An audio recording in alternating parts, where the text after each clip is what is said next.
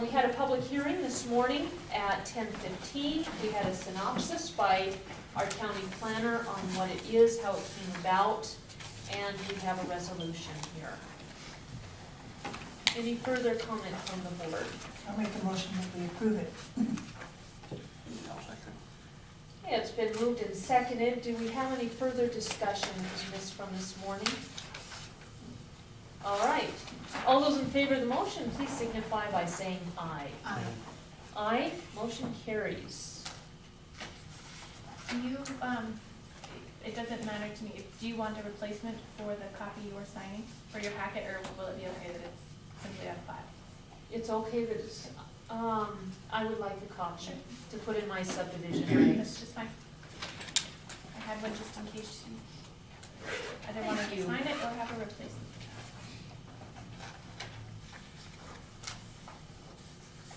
I'm just gonna hand you the title sheet.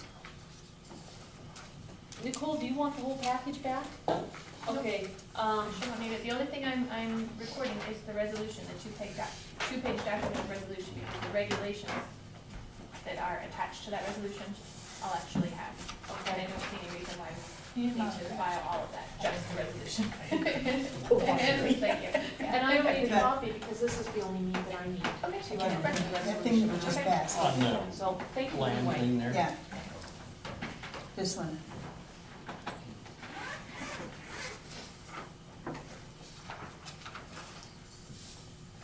All right. Building for lease or rent Building for lease. resolution, yeah.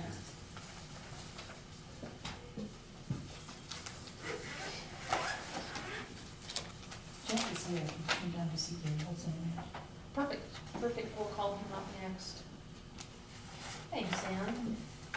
They're still out, thanks, Nicole. Get a copy and then put it on your chair, is that okay? Okay. Yes, the original, all right, thank you. Thank you. All right, we will go ahead and call Jeff as soon as he gets back in, and chatting with the. There he is. Oh, there you are, all right. Also 1:30 MDT, Jeff DeMar, snow plowing discussion. Come on up, before we get started, I want to apologize. I don't know that we put your name in the minutes, but it was discussed just because you happen to be our MDT guy who's local. So, there was never any desire to put you on the hot seat, so I apologize for that part. I did- I can take that. All I right. told him, I was the one who was supposed to call and see what we could do, and I failed to do that. All right. Well, the question was, and you and I talked a little bit about this when you came in, and you can sit down if you want, or stay seated, whoever is more comfortable for you. When we have a big snow, is there any way that we could ask you to plow from the curb into the middle of the road? And if not, is there a reason why, so that people understand and have that information? Yeah, we're having a big storm. Townsend's gets the least amount of snow out of my whole area. I don't just plow Townsend. I have 4 trucks and one designated just 287, it's too big to even grain on Broadway. And we get Main Street plowed and we're coming through, heading up over Deep Creek, over the top, that's part of my area. North, almost East Helena, Dawson Bridge. So we're going through, I got a lot of areas, all my routes are bus routes. I don't have time, if I pull it to the center to clean the intersections, I don't have time to haul it away. So I just pull it off to the outside to keep the road clear. It's a time thing, manpower thing, and equipment thing, I don't have time, manpower or equipment. Makes sense. All right. And I can't, in a storm, I mean, even at night, there's cars parked on the curb all the time. You know, we pull it out and we get back as soon as we can, and try to clean it up and haul it down to where the Christmas, across from the commercial, that vacant lot. Yes. You know, and I tried this year to get in front, I got in front of the drugstore, but I couldn't get anything else, because every morning I get up 4 to go clean it off, and there's 3 or 4 vehicles parked there. And I think they live up above in those apartments. Okay, all I right. just can't get to the curb. Hmm. And what I can do, I've been thinking about this.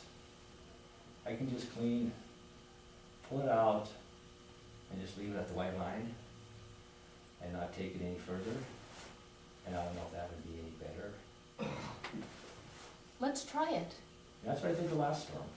Yeah, that seemed to work out really It well. worked all right. I mean, there's still snow on the curb because everybody shows their sidewalks right over the curb. But I could do that. I mean, that's not an issue. And then I get down to the residential, I can take it over the curb, so they like it cleaned out, the residential. But I could try that, and then I can get up here and, you know, it might be 3 or 4 days, or it might be the next day, I just have to get the loader up here and clean it up. But we have to come out in the middle of the night to do it. Sure. A lot of times we come right after midnight, or right after 2, after the bars close. When people start leaving, or we just can't clean it up when you have open slot car. We just can't get equipment in there. And that makes sense. So.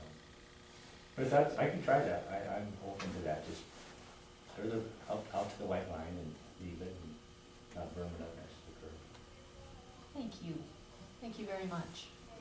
I think that'll Try. work. You bet. It's worth a try, Yeah. you know, if it doesn't work, give me a call. Okay. I'm always, will come up here, I'm not trying to hide. No, in fact, when we spoke, you were very accommodating. Yeah, first time you can get me in, so thank you for that. Yeah.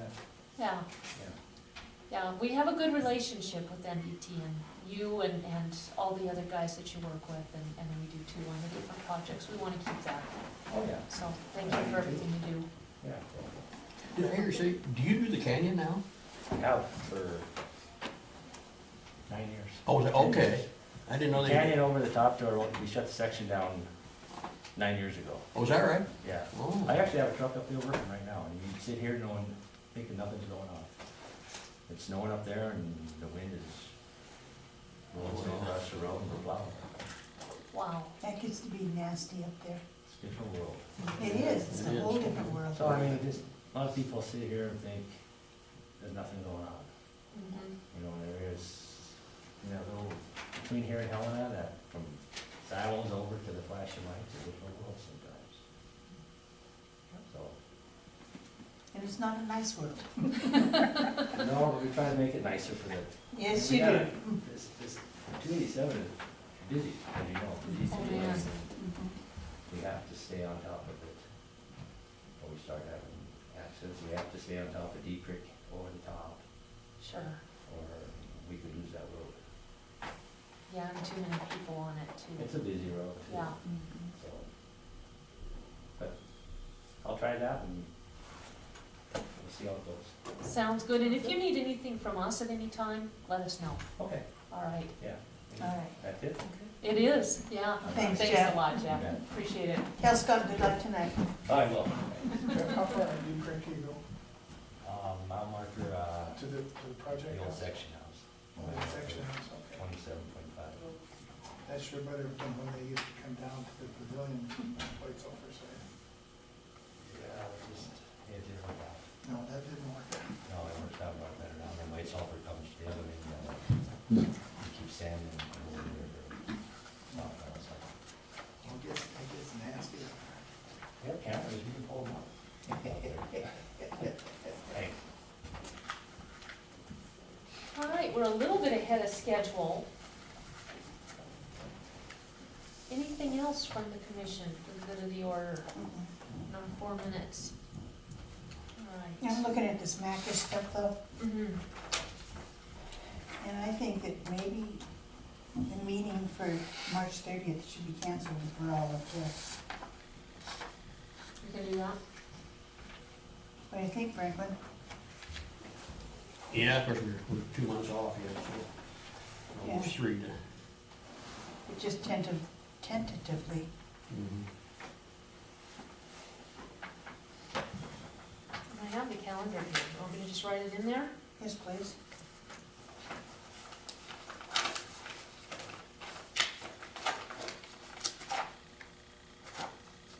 Yeah, we've got appointments already starting.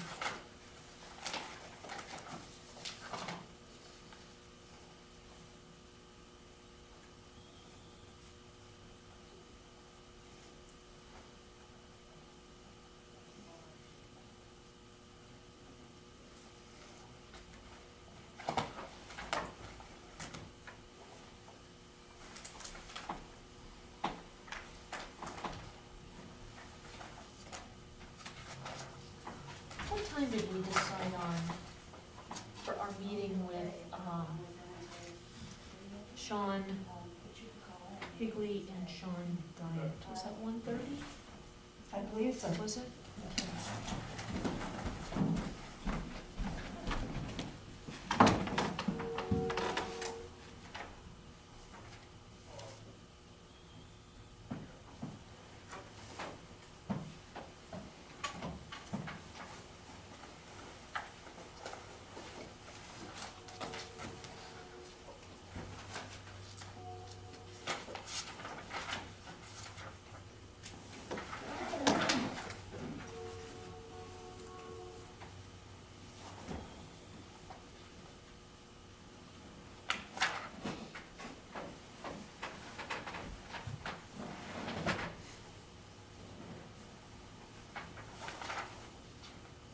Thirty-first is at what time? 3? Yes, 3 o'clock.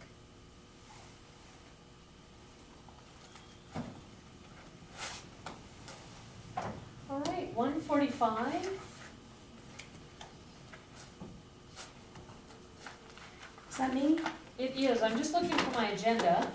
Carla Bossi, County Attorney, Teamsters Audit and Decision, Justice of the Peace, Interlocal Contract to City Decision.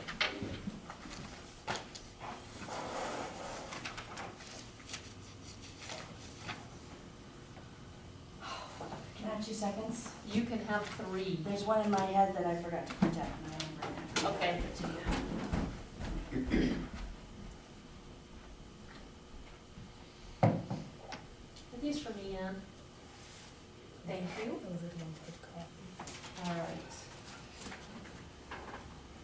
So is mine doing better now then?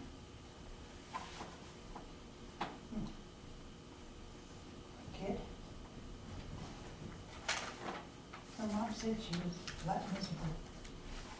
She was.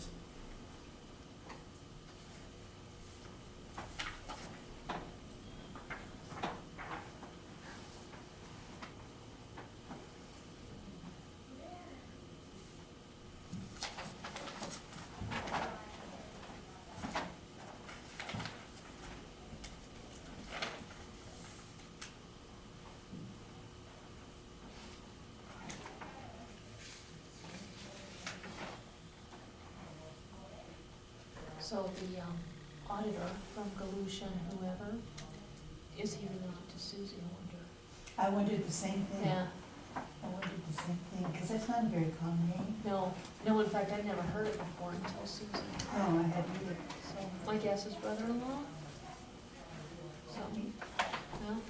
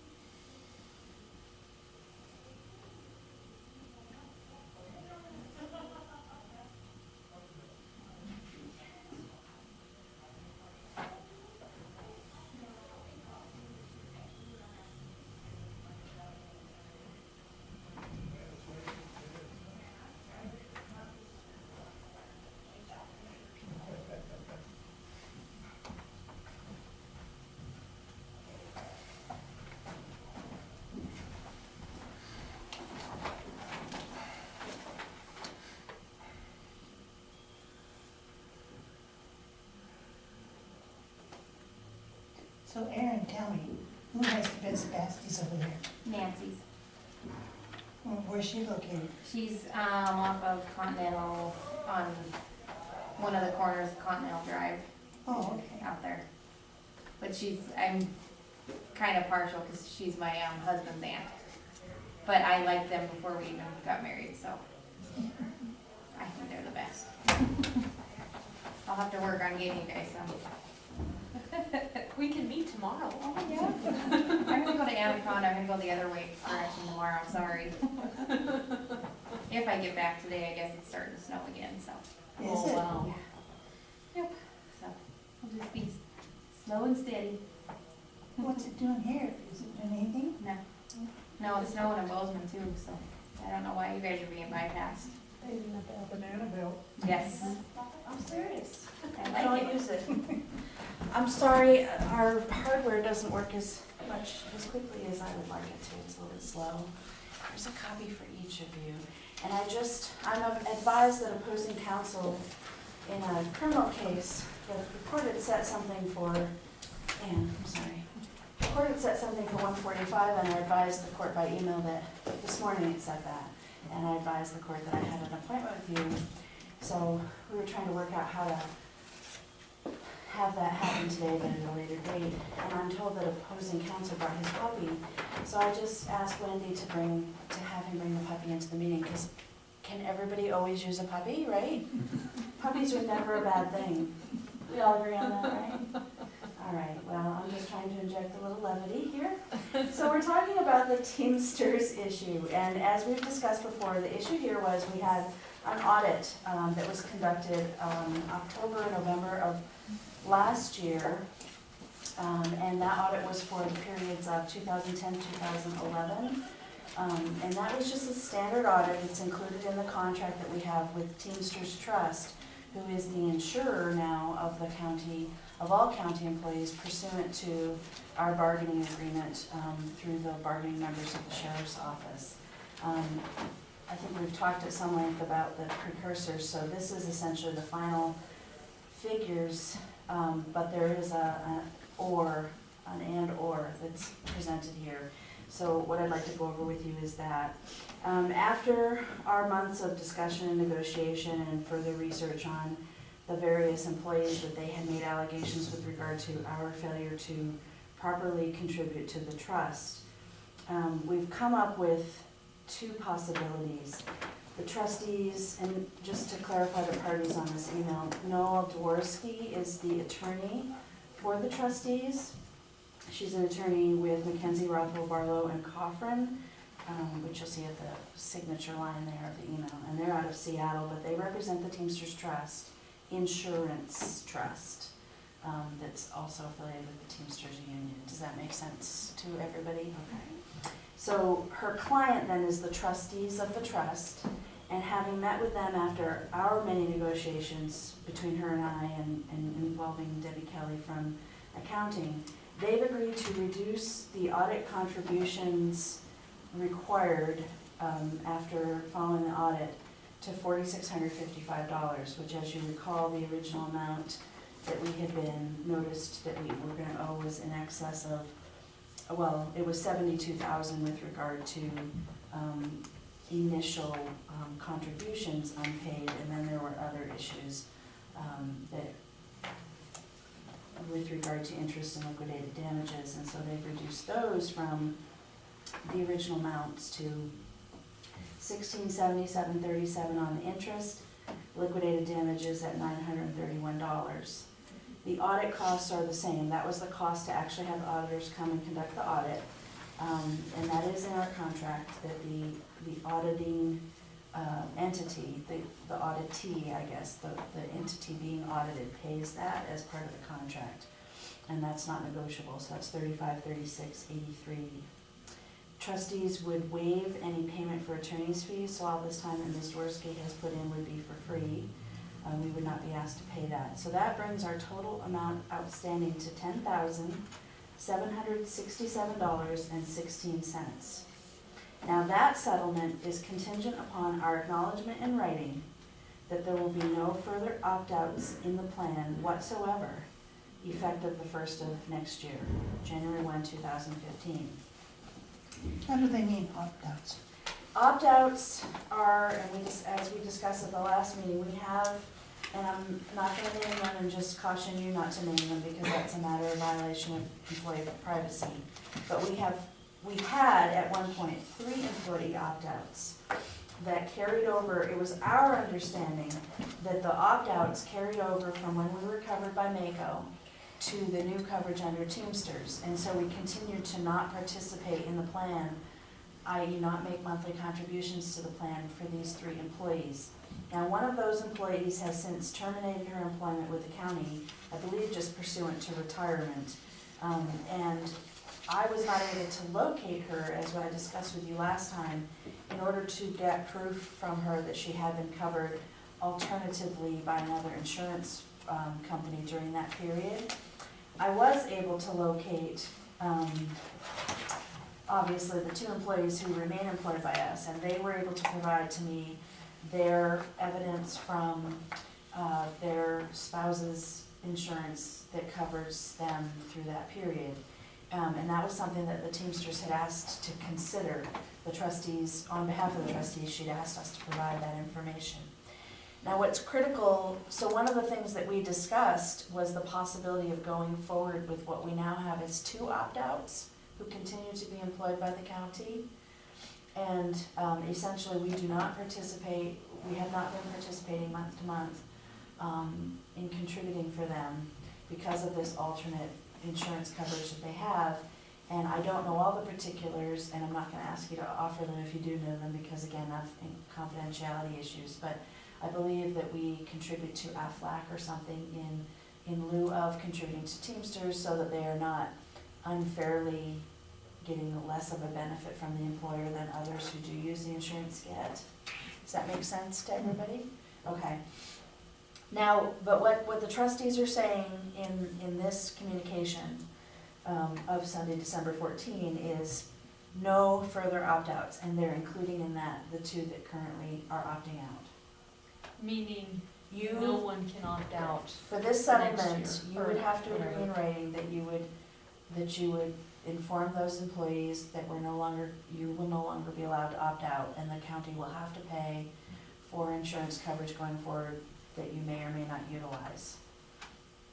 And you will also be included, or you also included in that will be required to pay whatever the employee percentage is. I believe right now, we're paying around just under $100 a month, I believe, as an employee contribution to our coverage. Is that, so that would be, that's the downside of this agreement.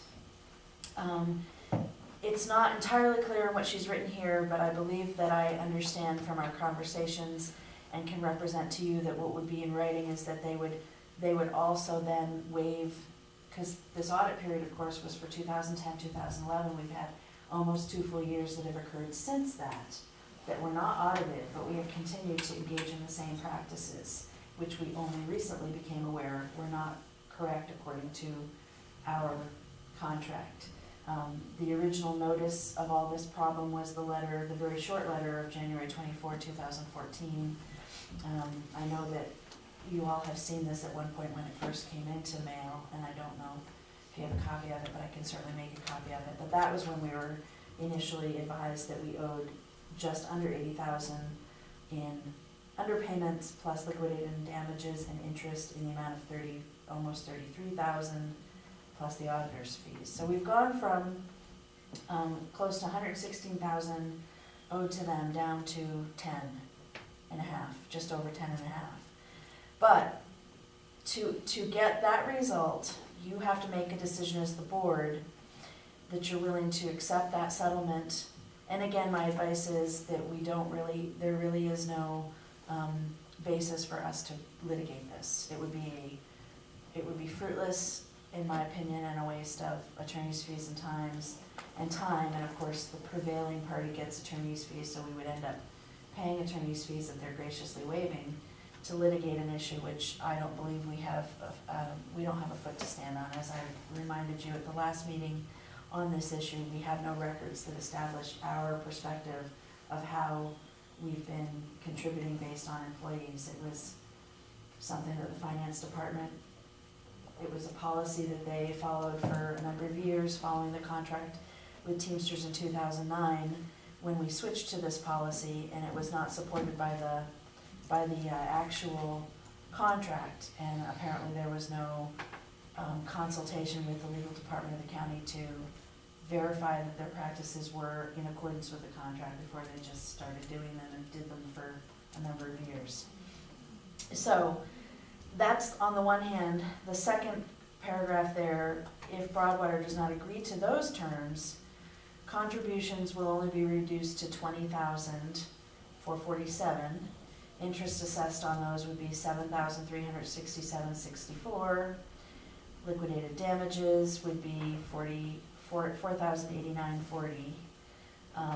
And of course, the audit costs remain the same for a total of $35,440.87. And then, so that would be if we refuse to give up the opt-outs on behalf of those 2 employees.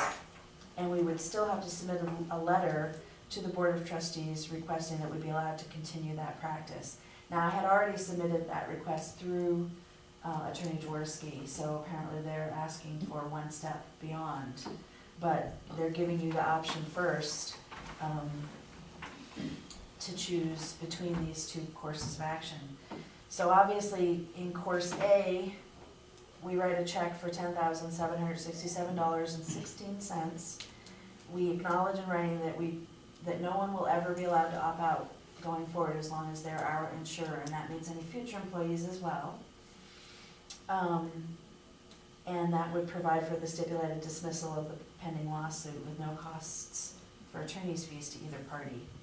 If you reject that option, then option B is more expensive, but still substantially less expensive than where we were in January.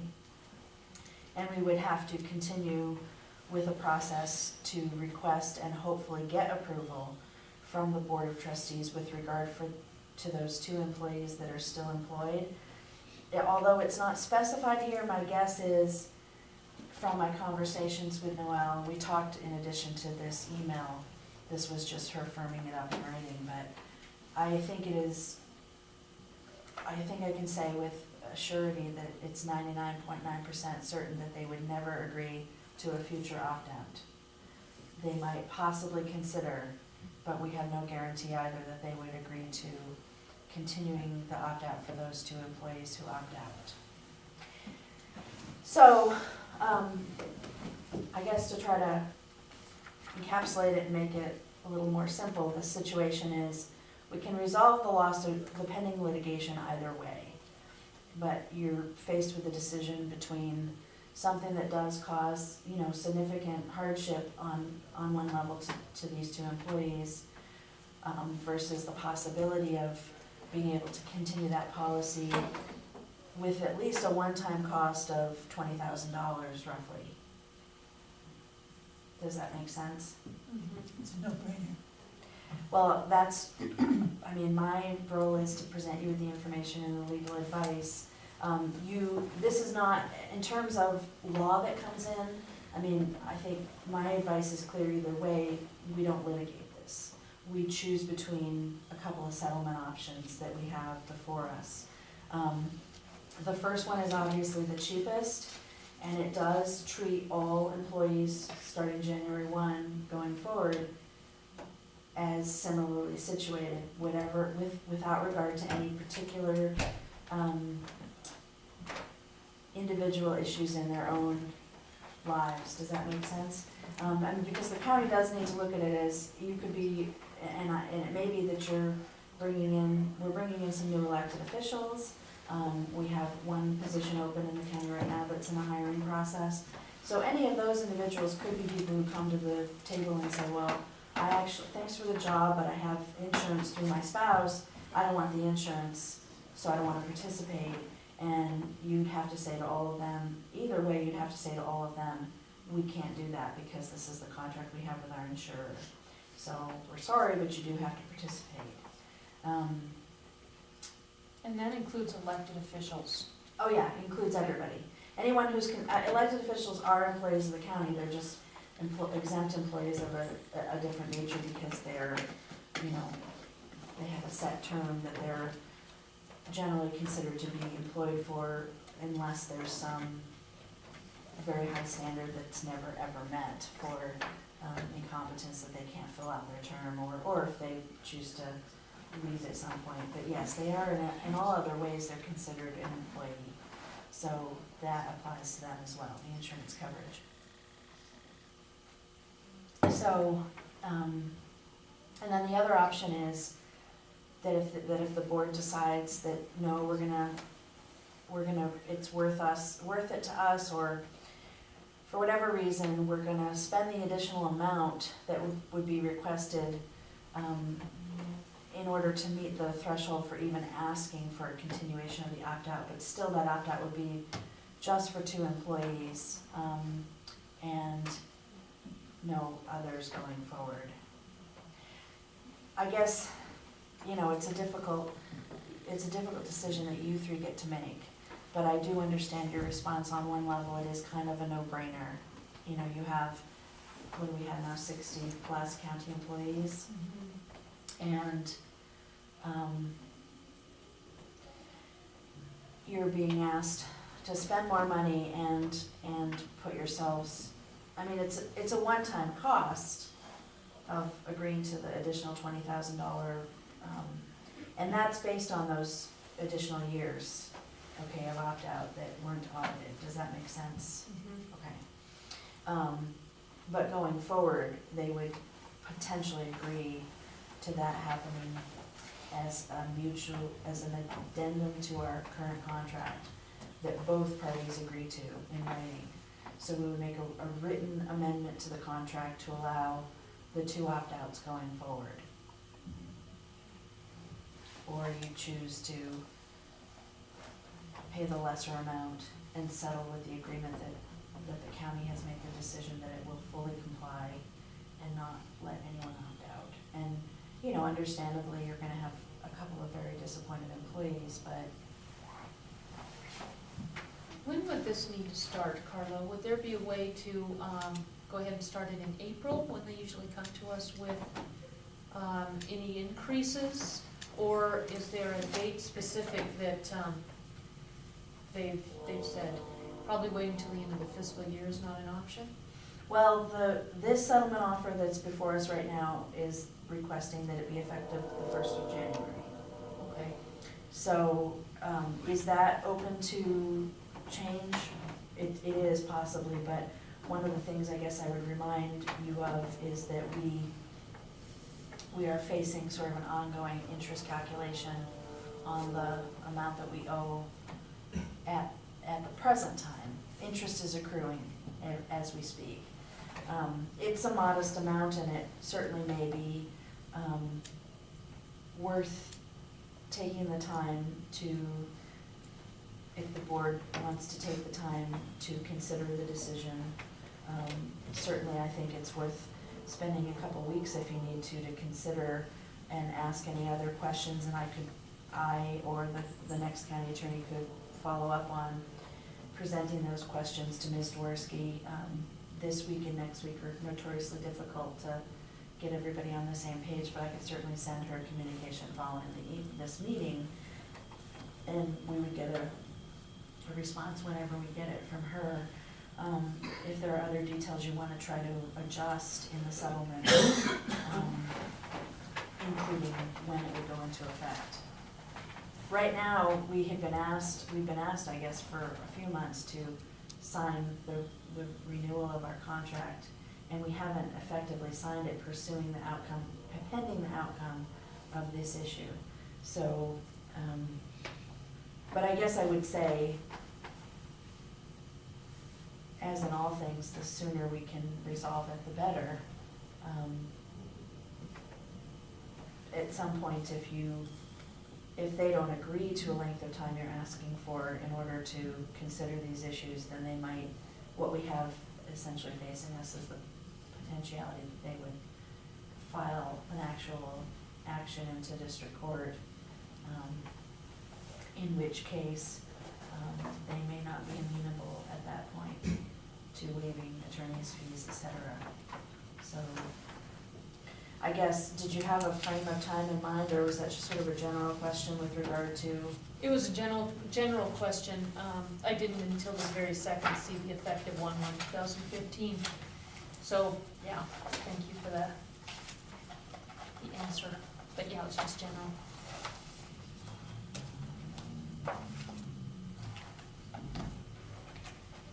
I'm inclined to agree with Carla that this isn't really something we should table for any length of time. What are your thoughts? Franklin? Well, I think that first one's probably there isn't much choice between the two of them anyway, other than mainly in the price, so. I think you figure we'll go for the lower amount. Elaine? This is a hard one because this affects me. Well, I mean, I guess I just want to clarify, and again, just for purposes of the discussion, and I don't want to interrupt you, I know that, I mean, you have obviously the right to discuss your personal experience and how it isn't actually impacting you with regard to your employment with the county because of your less than full-time status, but I know you're probably going to talk about the issue of having coverage and then being required to participate. So I guess in a potential sense, if you were to go forward and at some point if these positions were made full-time, that would have a specific impact perhaps on all three of you, I don't know.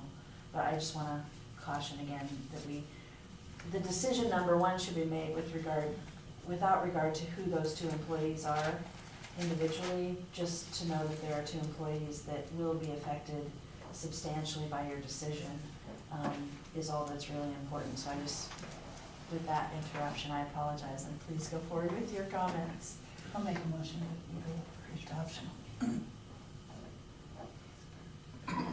What would you say, Eli? I made a motion to go with the first option. Okay. I'll second.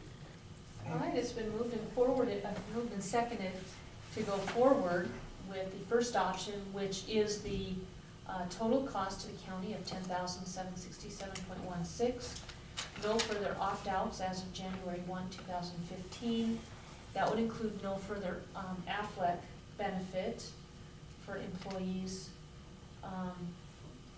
So with that, we do have one question before the vote. Yes, James?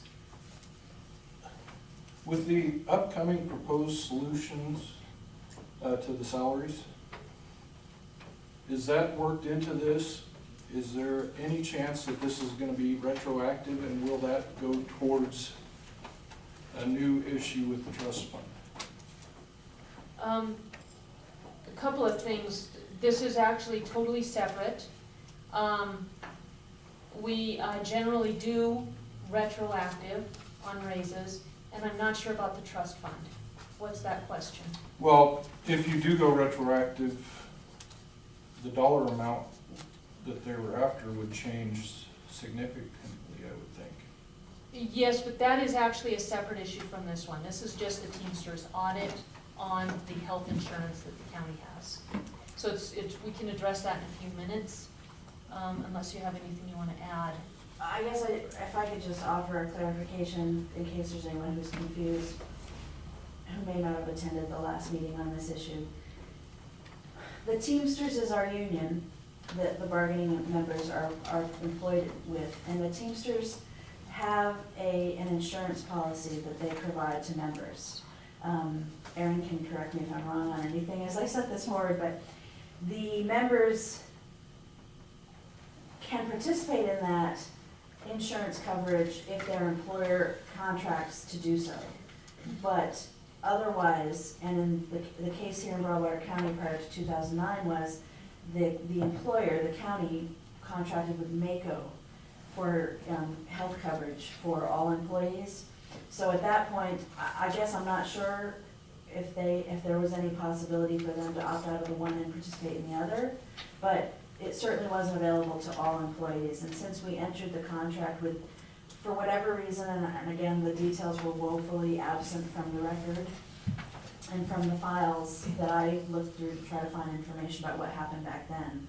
But for whatever reason, the county made the decision to terminate participation in the group health coverage provided by MACO for county employees and to instead participate in Teamsters Trust, which they only have the option to do because we are unionized, yay union, and it is an excellent policy, which for the most part I believe was a great benefit to many employees in terms of decreasing the out-of-pocket for the year and decreasing deductibles and certain things like that. But participation in the insurance coverage is based on if you're a full-time employee, you participate. If you're less than a certain number of hours per week, then you don't have to participate. And in fact, you don't qualify to participate.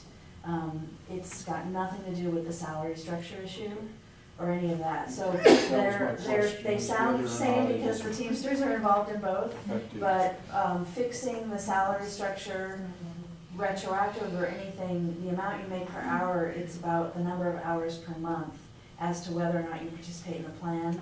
And one of the other issues that we talked about the last time we met over this was that we were miscalculating from the Teamsters Trust perspective, participation of part-time, seasonal, and temporary employees. We based it on our understanding of the contract, which wasn't supported by the contract. And I talked at some length at that time with the commissioners about making sure that that going forward, the finance department works closely with the county attorney's office instead of maybe not working with the county attorney's office at all on certain issues.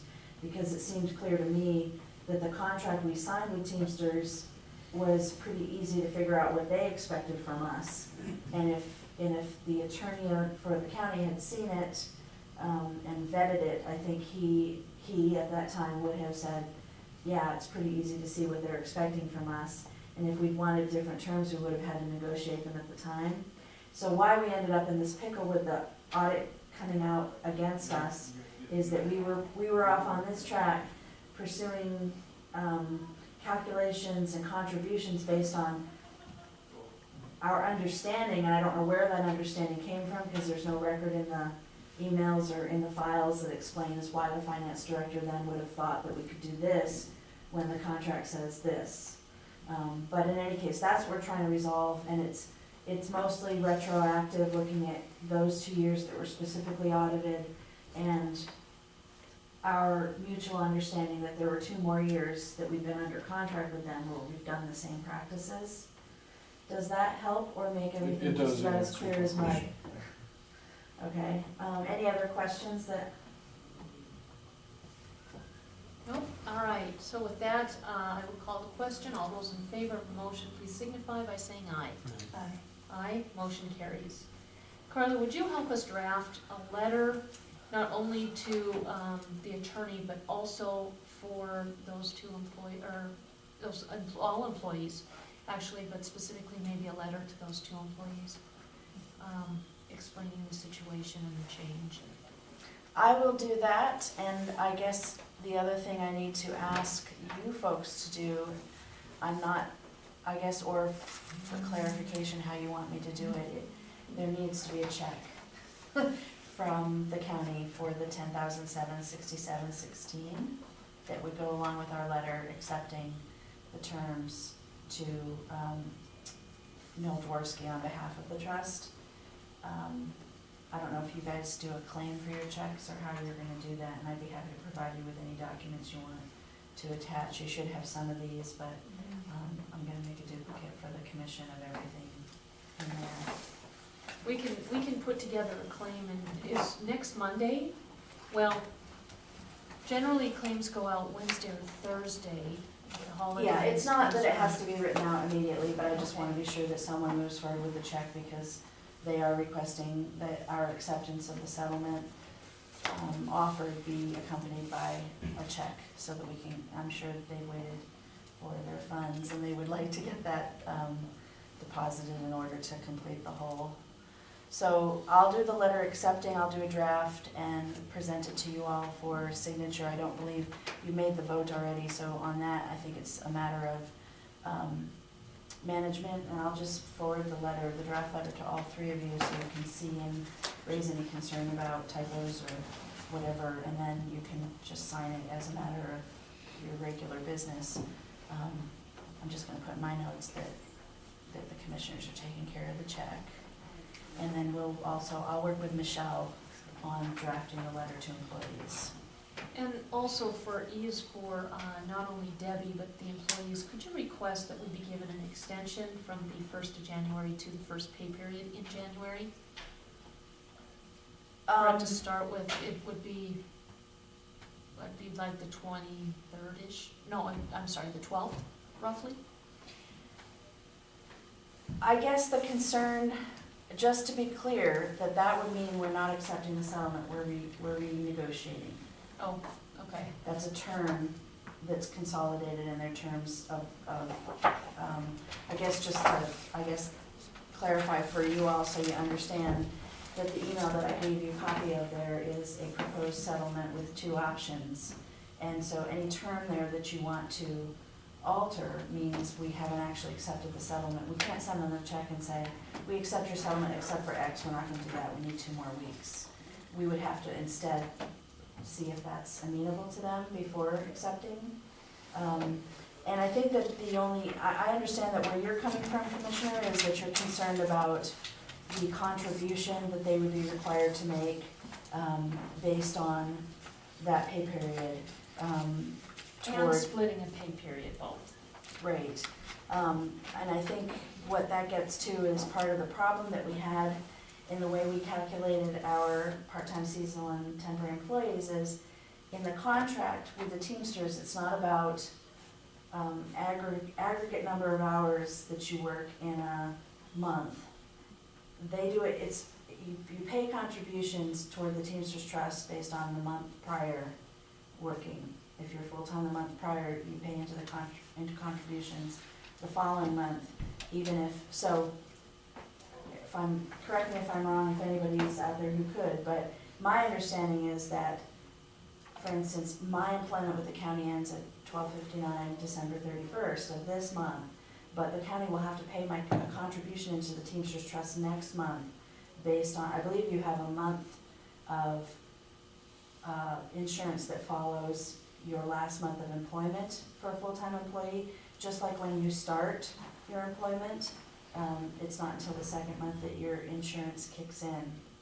Does that square with all of Makes our sense. common knowledge? So I think why they're setting it for January 1st is to try to start the year with a new policy. Folks from this month who were full-time would pay their contributions in January based on this month. And that they're asking to start the new year with those contributions paid on employees who've otherwise been opted out. I can make the request, and there's really I don't think it's a big difference if you're meeting next week. We could put it on the agenda, and if I'm able to get a hold of Ms. Dorsky, and I don't know if, one of the issues to bear in mind is that attorneys who represent entities are usually given certain amounts of authority. You can work within this space to make changes, but anything outside of this space, you've got to ask the client. So I don't know if that's an issue where she's gonna have to come back to me and say, well, I'll have to meet with the trustees again. And that will delay the process a little further, but it's certainly an understandable concern. So, it is just a matter of a few dollars in terms of how much more interest we might accrue if it takes another month to resolve. So I guess that's up to you folks. If you wanna reconsider the vote, you just may, based on that concern, which is legitimate, and table it for a week and see if I can get any answers in the next week. We could do that. What do you guys think? Sounds like it's pretty clear the way they want it. I'd have to agree with that. I mean, they didn't hem-haw around, they just said 1/1 of 15, so. And I think, based on the fact that they've come down so much, I mean, this is really a Christmas gift in a lot of ways, for something that, we just can't seem to find files. So, okay, I withdraw my request, and I'm happy to, stay with the motion that we have, if that helps. I guess I just wanna be clear that I'm not asserting an opinion, and I assert either way as to, I don't think it's going to negatively impact their willingness to do what they're offering here. If we were to counter with, we'd like to try to tweak the timeframes a little, so that we have a little more notice to give to our employees who are gonna be affected. And so I'm not trying to, I guess, assert that you should act one way or the other. I don't think that they would consider it a reason to be all of a sudden, they've been very great to work with. So I don't think that they would all of a sudden become punitive over that concern. They are employers themselves, and so I'm sure they have understanding of that kind of issue. And again, the fact that they had offered an alternate, which would require further communication and negotiation, I think that clearly sets forth that they're not gonna all of a sudden say, well, we're back to being mean if you decide to take a little extra time.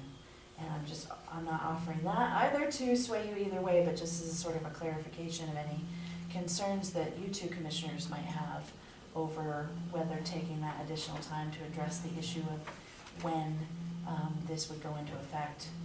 It's not likely to have a negative impact or anything on that's not me, someone else's vibrating, on whether we get the offers that we have.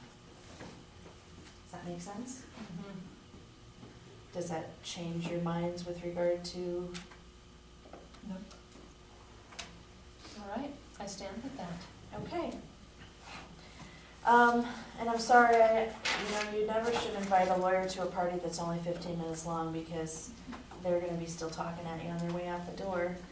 And here we are. The other issue before us is the JP interlocal agreement. And I do have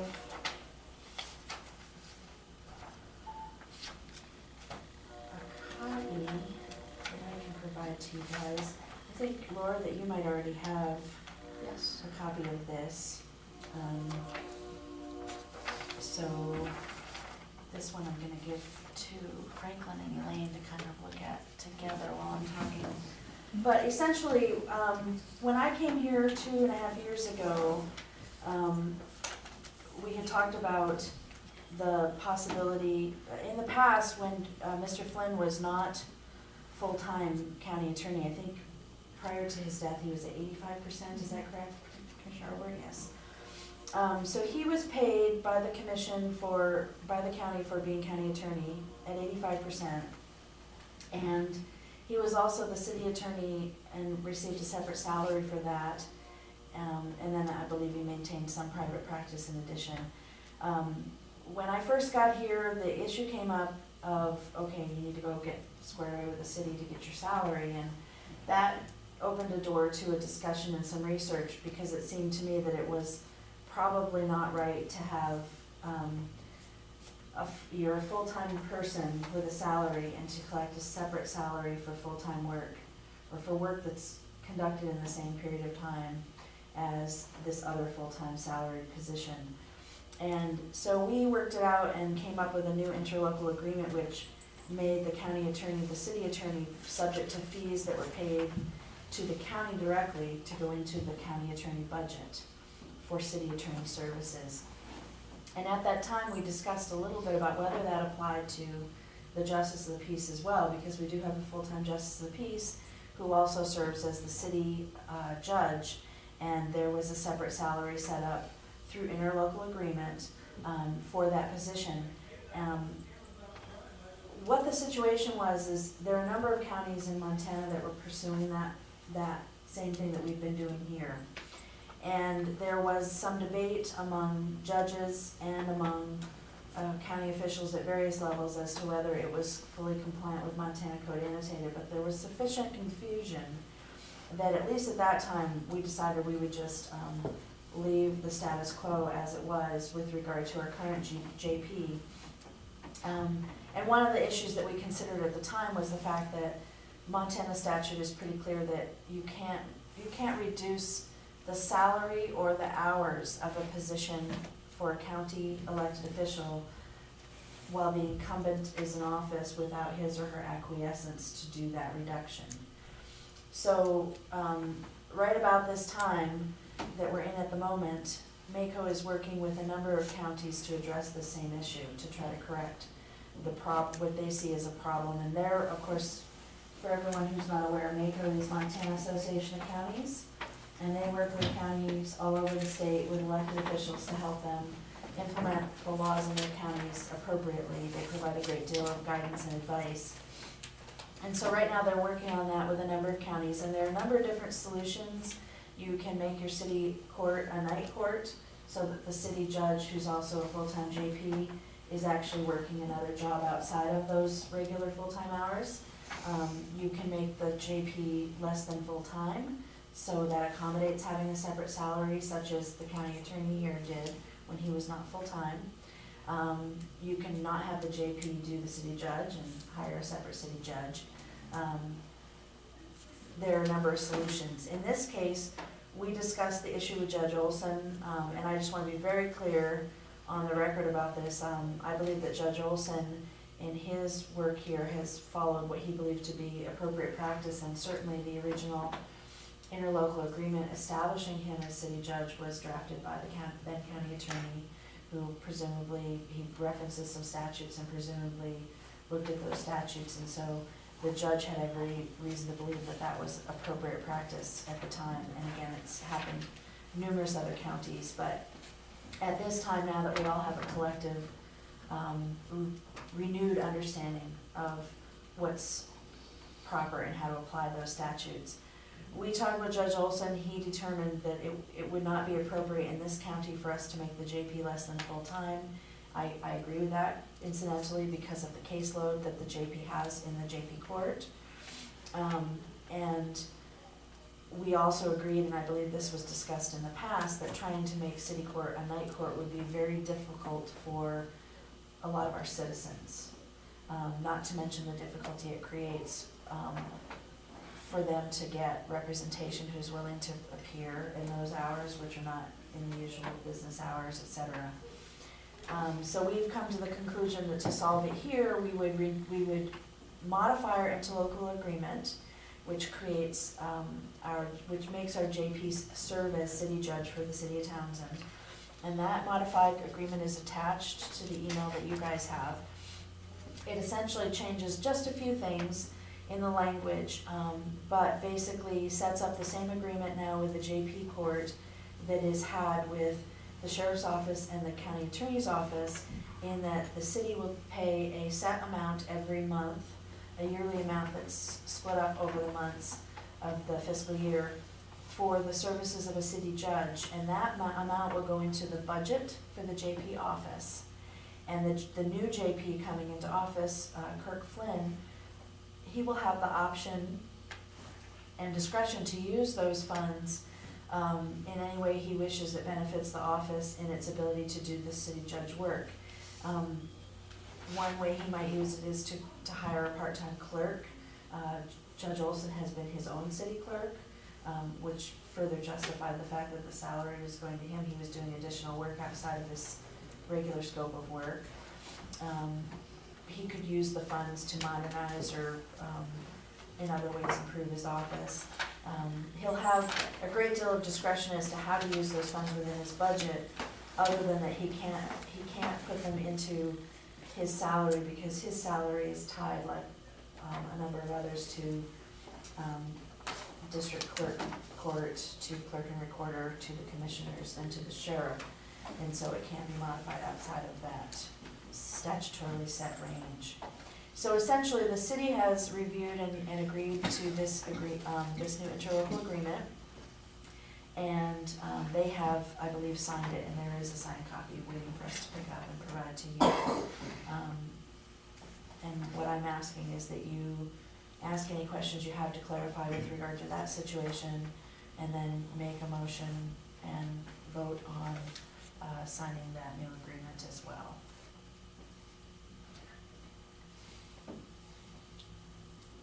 I'll make a motion then that we sign the new agreement regarding the city judge. I'll second. So it moved and seconded to sign the agreement. Do you have any discussion or questions from the public? No? All right. We signed the new contract that the city also has signed regarding the Justice of the Peace interlocal agreement. All those in favor, please signify by saying aye. Aye. Aye, motion carries. All right, great. So I will make sure, I'll have Wendy go get that agreement from them if they haven't put it in the mail and we're just waiting for it. One way or another, I'll make sure you all have it. I believe we set it up, and the importance is that it's signed and effectuated upon signature before the end of this calendar month, so that the new process is in place when the new JP comes into office. Any other questions or concerns about that? I think that puts us back to a bigger discussion. It Is does. that at 2 o'clock? Carla Bossi, County Attorney, lawsuit filed by Sheriff Ludwig against Broadwater County to oppose county departmental budget process, discussion and decision. And we also tabled the proposal to fix wage non-compliance in the sheriff's Oh, office. okay. from earlier. All right, very good. And I think.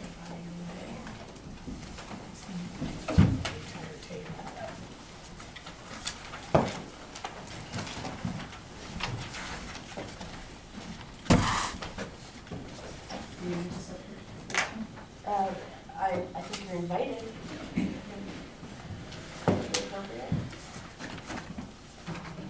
So did you find a good place for lunch? There were 2 cookies from the sheriff's office. Stingy. We arm wrestled before them. There was a lot more there Friday night, so they've been busy, I'll tell you that. There were more. Shelley brought me 2 pounds. Pass them on. The corrected one. So, what Brenda's handing out is the statement.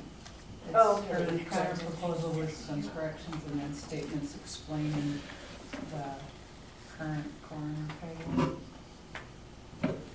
Perfect, thank you for doing that.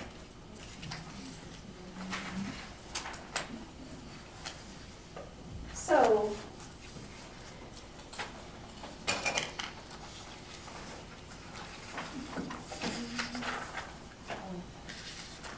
Is this addition? That's the one she handed out. Plenty of copies, extras? Yes. Does anybody want? So again, as we discussed this morning, we were not able to solve the very long-standing problem with our violation of 742508 with regard to deputy sheriff's salary structure in the PCSO. We were not able to resolve that through the establishment of the Department of Public Safety. When that was fully and finally decided, I think it was late summer when we fully and finally got the last word from the city that they weren't willing to move forward on that. Then we automatically defaulted to working on a resolution through the already filed grievance by one of the deputies in the department. And it's my, that, I was being kept in the loop on that, but it was primarily being spearheaded by our HR attorney. Since it was such a closely related HR issue, and involved union negotiation, which she has much more experience with than I do. So I deferred to her and to Mike Saystad's assistance as well. However, following that process getting started, we then received this petition for writ of mandate or notice of lawsuit from the Broadwater County Sheriff's Office, represented by Ms. Merson, and that was sought on behalf of the Broadwater County Sheriff's Office by Brenda Ludwig. And the notice originally was filed the day after, I think it was November 6th, November the final is the election, is that correct? Okay, so, and that, just so everyone's clear, that was the last day of the 30 days that's allowed by law. So lest anyone have any other nefarious calculations on that, you have 30 days after an action by a municipal body, such as the Board of County Commission, to file a notice to appeal it. So Ms. Merson was just meeting her 30-day deadline, and I can attest as a fellow attorney that we generally do wait till the end, and there are a number of reasons for that. In my case, it might be because you're a procrastinator, but the longer you utilize the time frames, the more you have opportunity to settle and negotiate. So I don't want anyone to have any thoughts about that having anything to do whatsoever with the election, other than that it happened to coincide with the deadline. Because you all passed the budget on September 5th, I believe, October 5th. There are 2 steps, but yes. The final budget was approved either the 5th or 6th? Correct. Okay, so that's where the deadlines came in, I just want to be clear that we all understand that. And what she essentially asserted in her notice and her affidavit, which was attached thereto, was regard to some allegations about the county's use of the budget process. and then our violation of 742508.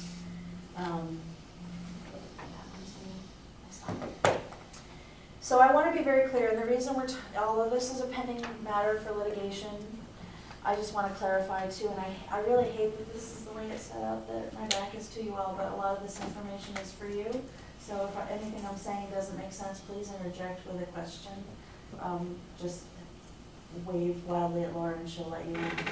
But just so you understand the difference, because this has been an issue quite a bit in the past year or two, when the county faces litigation from a private individual, unless that individual, there is a right to have closed session with regard to pending litigation to get legal advice and counsel. But when you are talking about two public bodies who are litigating against each other, then there is not that same right to have a closed session.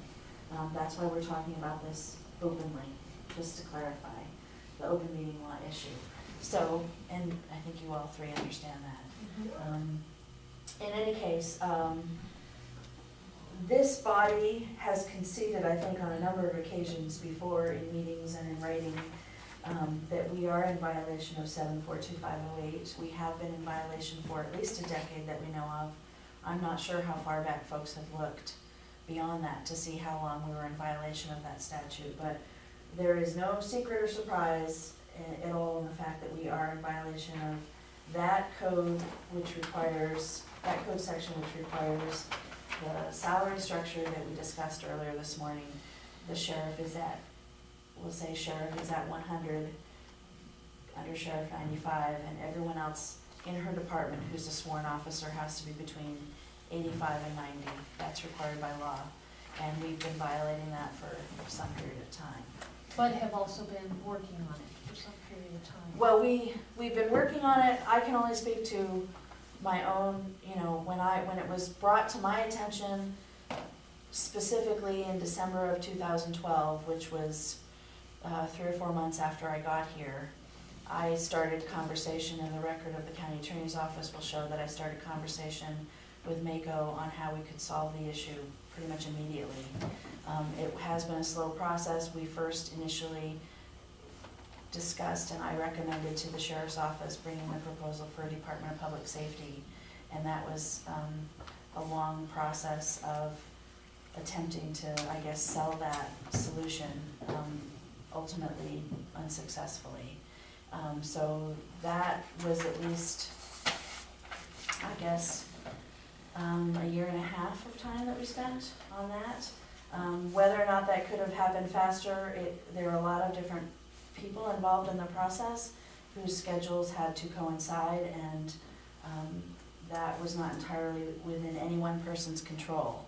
So I think that might have been some of the issue there, but we did have the grievance from one of the deputies, and again, just to caution not to name any names, but we did have a grievance that was pending, and they were looking at that, the union was also looking at that possibility as a solution, and I think they worked as hard as they could, the union and their members, to try to convince the city to follow that resolution, which would have been the simplest solution for this. But when it didn't go through, we got right to working with the union pretty much, I think, within a couple of weeks to start a process to resolve. And then the sheriff's filing of this notice of lawsuit was just another, I guess, additional pressure added on that we have to work on getting this solved.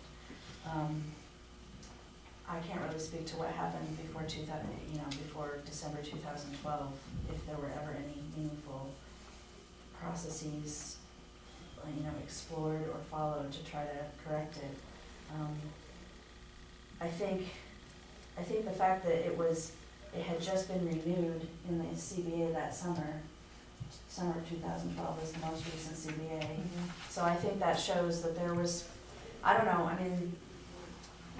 there's not really a lot of point in spending much time finger pointing, but we had just renewed our unlawful salary structure a few months before. I think what happened is the arbitration award and the way it was applied properly, whether you agree with the award or not, it was properly applied only to non-management union members. And that made the impact of the unlawful salary structure somehow more apparent. And that raised the concern among the union members. Is that a politic way of? Yeah, It kind of brought it more to a head. So, anyway, here we are. What's important is that we have this opportunity to resolve all of this. And we talked this morning, and I guess one thing I want to say for the tape, and I apologize that none of us, and it was my obligation primarily, so it's my fault. We didn't get out in our initial discussion this morning that the proposal that we are all aware of because we were part of the meetings last week, but the public may not be aware of. The proposal requires an incremental raise, one-time incremental raise to all elected officials tied to the sheriff of just under $4,000, I believe. I can't remember the exact figure, but in order to raise Brenda to a point where the other salaries can fall into that statutorily set framework without reducing any deputy.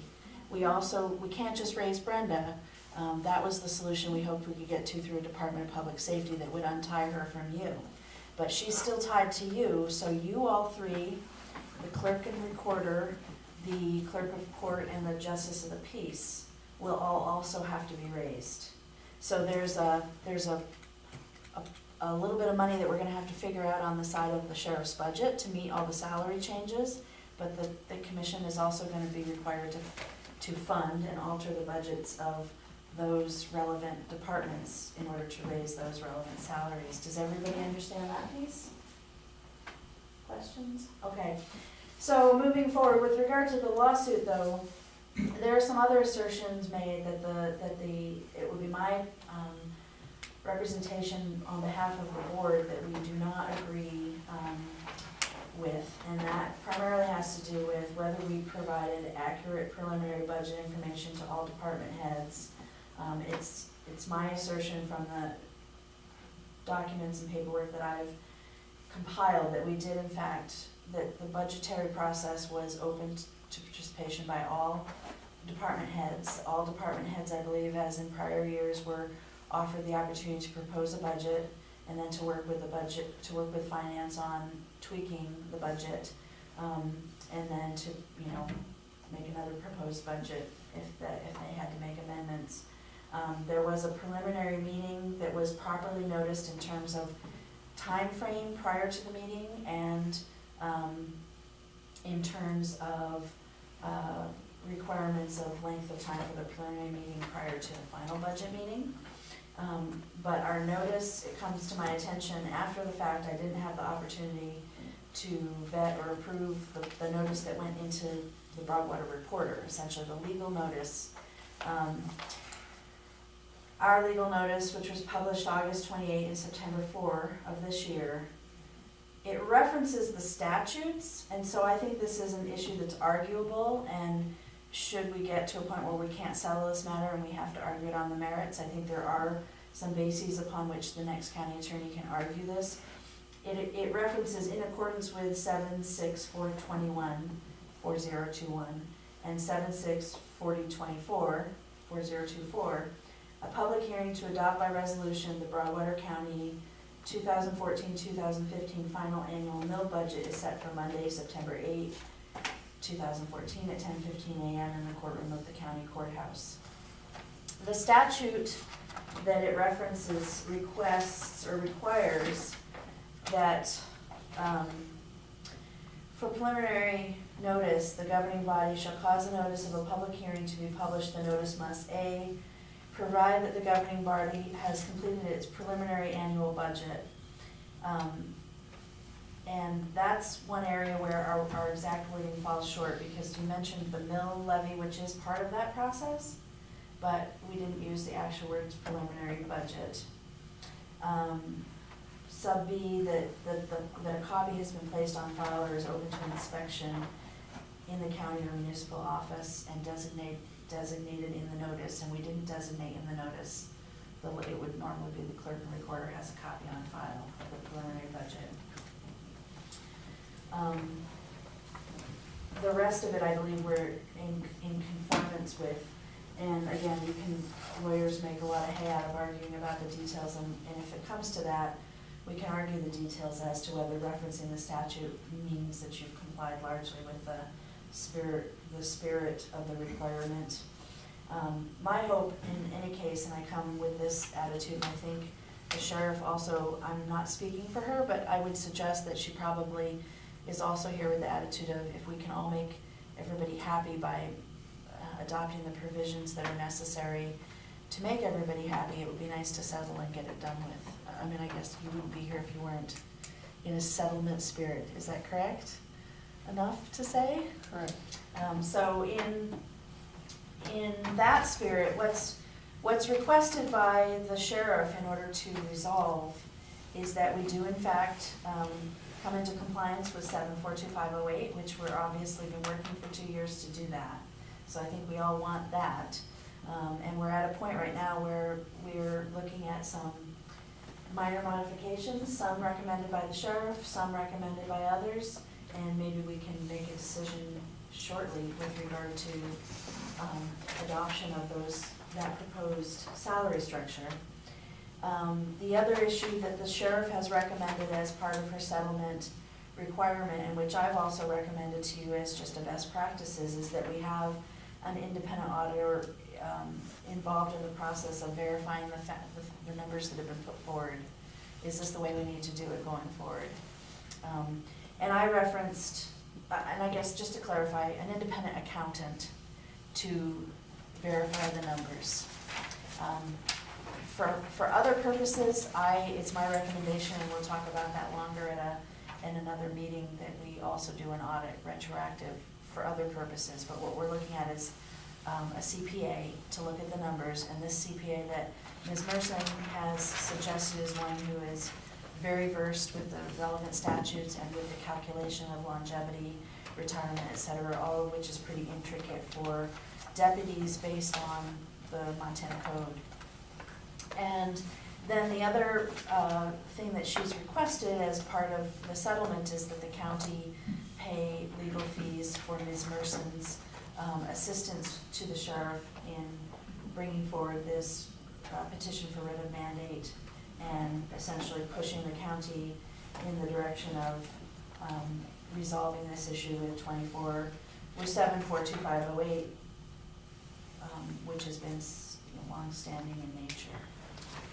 And I can't give you the figure as of today with regard to that amount. Ms. Merson probably can. I didn't bring my billing information, but I do believe that the sheriff submitted a claim in November.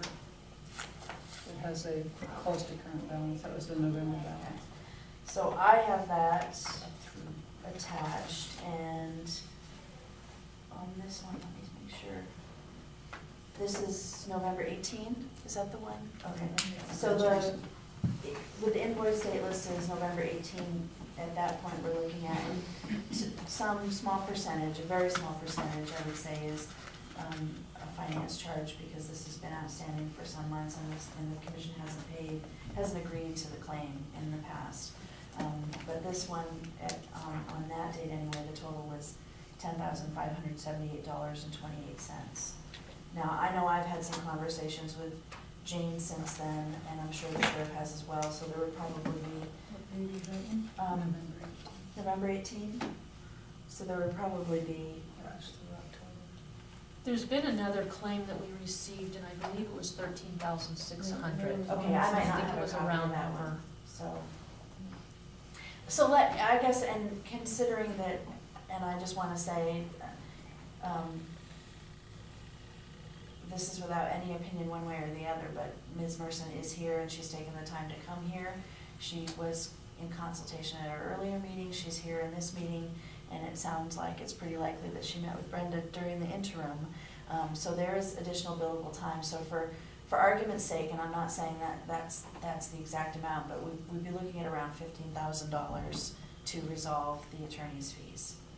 At this point, like within this next week or so, rather than moving forward, if we don't resolve, we're gonna move forward to a contested hearing, which is set January 16, and as an attorney, I won't ask Ms. Merson to ballpark or anything, but I can tell you is, another attorney, even though I don't practice by the hour as private attorneys do, but I will be soon, you know, you charge for that time, and the closer you get to a contested matter in court, the more time you're putting in, because you're getting closer to.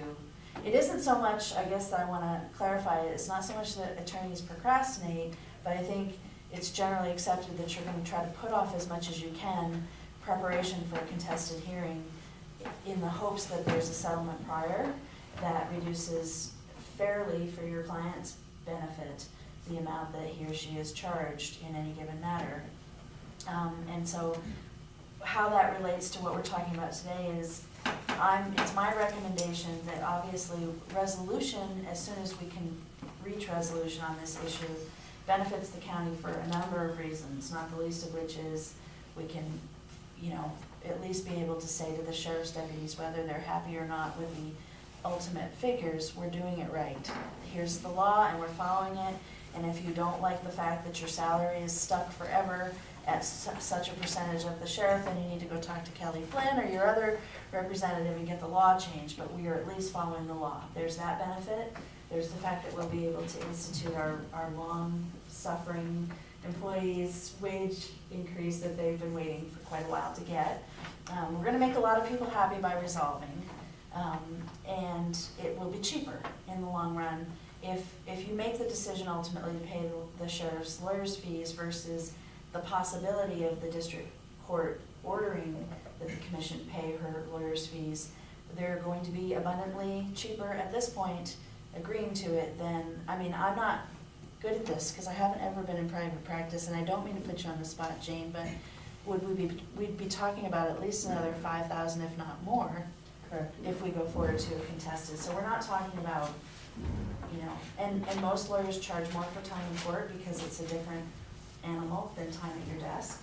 Or time, okay, some do. So, like I said, I've never been a private practice attorney. That's a new world I'm gonna deal with starting January 1st, but I do know that, you know, we're talking about significant savings, not insignificant. The other side of the issue, and I'm just gonna anticipate it because I know you're gonna have concerns and questions, and I certainly understand where those would come from. Generally, you have a county attorney's office in place so that all department heads, I mean, the duty of the county attorney is to work with all department heads and elected officials on legal issues. And it's my perception that my office was working with the department in question on resolving this issue. Following our long-standing process to try to get a Department of Public Safety instituted, we then, you know, my office stepped back from day-to-day direct involvement because a surrogate in the sense of Ms. Pujari, I can never get her name. Pugari, who is our contracted HR counsel, she stepped in to work on the arbitration that we went into immediately after that. And Mike Saystad stepped in because of his expertise with the statutes. But that was through full notice and you know, acquiescence of the county department, legal department, that yes, okay, we're gonna go forward and you guys are gonna keep this office in the loop, but you're gonna take the lead on the meetings, et cetera. So I think one of your concerns might be, well, why did the sheriff go outside that process to contract with private counsel? Whatever those reasons are, and whether you agree with them or not, I mean, I guess I would assert that as county attorney, I think it would have been better to keep the issue in-house, and I think we would have gotten to a resolution. It maybe would have taken a little bit longer, but I don't think much. Or because- we'd be still here at the table too. Right, because It's we had not the union even dry. pushing us. I mean, we had the union, in fact, file something into court. And the union then, following the first meeting or second meeting of the arbitration, said, okay, we're gonna voluntarily withdraw that and work this process because we see it moving toward fruition. Now, I'm not versed in every single detail of every single meeting. I don't know if the sheriff was part of that or if she felt in the loop, but I would think that she could have become in the loop as to where that was going. Regardless, you know, this is where it gets down to the nitty gritty, and I guess I wanna say my own opinion based on what I've seen while I've been here, what I know about a prior lawsuit that involved the sheriff's office, before I was ever here. The record of that through both people telling me what they experienced and what record there is of it in my office. You could vote and refuse to pay the lawyer's fees. You could make that decision based on your frustration or whatever, that you, about your perception maybe that the sheriff didn't follow the proper procedure of utilizing the county attorney's office fully before hiring private counsel. And on the merits, you may or may not be right in making that decision, but what it gets right down to is if you have the choice between agreeing to pay the 15,000 out of the, and that would be just for full understanding, out of general fund, the commission would have to agree to pay the attorney's fees, because as we know, we already have to revisit the budget and amend the budget to adjust a number of departments in order to implement this solution, if we all agree to implement the solution. So it isn't just a matter of her presenting a claim that she has the funds to pay and she's just asking you to approve. You need to pay it out of general fund because she doesn't have the funds in her budget at this time. So you could either decide to do that today as part of this global solution, and I think your vote would be predicated on, yes, we will do this if, and because there's still an open window on some little details, but essentially it would be if we all come to a conclusion that is mutually agreeable in the next 14 days with regard to the implementation of this solution to fix 742-508, your vote would be predicated on that. Does that make sense? So you're voting to pay her lawyer's fees subject to an agreement of all parties to dismiss the settlement, or to dismiss the lawsuit. It wouldn't be that you'd get tricked into paying the lawyer's fees and then she'd change her mind and go forward. And I don't mean to put it in such simple terms, but just to clarify for everybody what's happening. If you don't do that today, and I understand, and I know all three of you as well as I do, I'm just kind of anticipating some of your objections to doing it, then we're looking at the possibility of the district judge imposing it on you as part of a order following an adverse proceeding, which will only substantially increase those fees. And ultimately, I think it's my perception, but I will open this up for Jane to comment, please, if she wants to. She has much more experience in municipal litigation. It's my perception that if we didn't agree on a resolution to this amongst the parties, then we're gonna end up in a situation where Judge Reynolds will implement something substantially similar to what we're all talking about right now. He might tweak the numbers a little, but my guess would be, and as Ms. Merson has set forth in her settlement proposal, she would be asking the court to have somebody like the gentleman at Volusia, who we've all talked about, do the review of the numbers. And I'm sure that he would probably have something like that done, because the district judge is not going to take that on himself. So everything that we're trying to do is what would probably happen at the district court level, and we would probably be in a position of bearing at least some, if not all, of the cost of the Broadwater County Sheriff's Department's attorney's fees as requested. So today you have the opportunity to decide on these different issues and resolving and reducing the amount of the fees that you would ultimately be requested to pay. Questions? I would like to hear what Erin found out in the union at noon. Regarding what? All of it. Are we there yet? I knew you were gonna say that. I did talk with a couple of my deputies, and, as far as the 56-cent wage goes, we are willing to, agree to the increase to all the county employees except the elected officials and the sworn officers, with the understanding that it will be released to the rest of the employees, the elected officials in the sheriff's office, once the audit is completed and all the base wages are corrected going forward. with the proposed salary solution. So our thing is, attached to the fact that if the proposed salary solution is rejected by commissioners or the sheriff's office, then we're gonna hold back the 56 cents, only because we wanna be able to have the 56 cents as well. But we are willing to let you guys go ahead and give that to the county's employees as quickly as possible. Thank you. What about the seniority? The senior, that's, the other question with the seniority, I believe that would be an issue with, that would have to be negotiated upon at the table due to the longevity issues. In the contract, it says after 1 year, they're bumped up to that wage. In NACO's proposal, it's 5 years, in your proposal, it's 7 years. So I think it'd be something that we would have to negotiate at the table. So just keep them as probationary, 1 year, Yeah, so, 85 for probationary and then, so just leave them all at 85% then?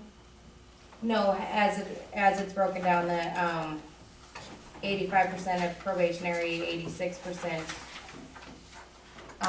for deputy, 87% for deputy. We'll have to, You're talking 86 about the for- 7 versus 5 years, Right. is that the issue? Yeah. Or- And then- 86 for 1 to 5. gotcha. So, 87 for 5 to 9. no, I would not want them all tied to the 85%. Well, that's what I'm I saying. know. Oh, no. How about if we go back to the 5 year for the senior? That would work, That would work? yeah. You're the only deputy here, so you're the one deciding for all That that. works. Okay. We got the majority. Okay, So that issue's solved, right? yes. Okay, I was gonna ask you to repeat, so, good. So make, If we get everything else settled, Yeah. that's just. Right, I wanna one. say So, that is yeah, just we'll go solved with if, this, yeah, this solution, if, going Okay. forward, All right, thank you. yes.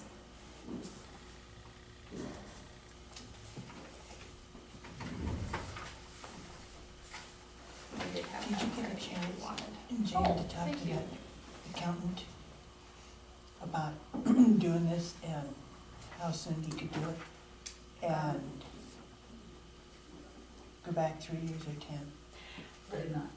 and just to clarify, because I kind of made that as unclear as mud, but what Jane's asking is just for an accounting review of the numbers going forward. Not even a review, I'm asking that he be paid to do the calculations. So, and that's to impose on the pay schedule the proposed solution that we agree to. Is that what you're, so whatever structure is agreed on paper, he would impose it on these deputies and this sheriff by calculating the longevity according to, By calculating everything so we know that the wages are correct, that the base is correct, that the deputies' percentages are correct, and then from that the longevity, SRS and PERS or whatever are correct. And if I add to that, that the retro back would be correct as well on the 56 cents. so the retro back, meaning he would fix this or figure this from July 1st going forward. And I think we'd already talked at our working meeting last week that this structure would be imposed for this entire fiscal year, that it would be retro to July 1st. Okay, so that retro would be included in the accountant's calculations. A retro audit of what was done prior, that's another issue, and again, I'd like you to agenda that, and I hope you've made a note. So I guess I'll note too as well, if you're meeting next week, I'd like to talk to you about that. You had wanted a closed door, is that what you're Yes. referring to? Okay, yes. Well, and I have a question. Because of the longevity, don't you have to go clear back to the base when it first started, when the whole mess started, 10 years ago?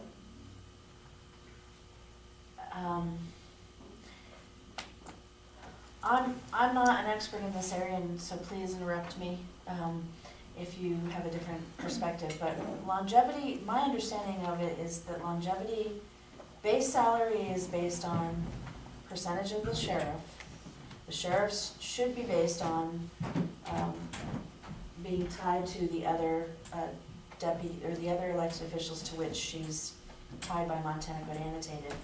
Then longevity is calculated by years of service minus years when there was salary freezes and there was not an applicable longevity, times, I don't know, what are the other factors? 1% of the base salary.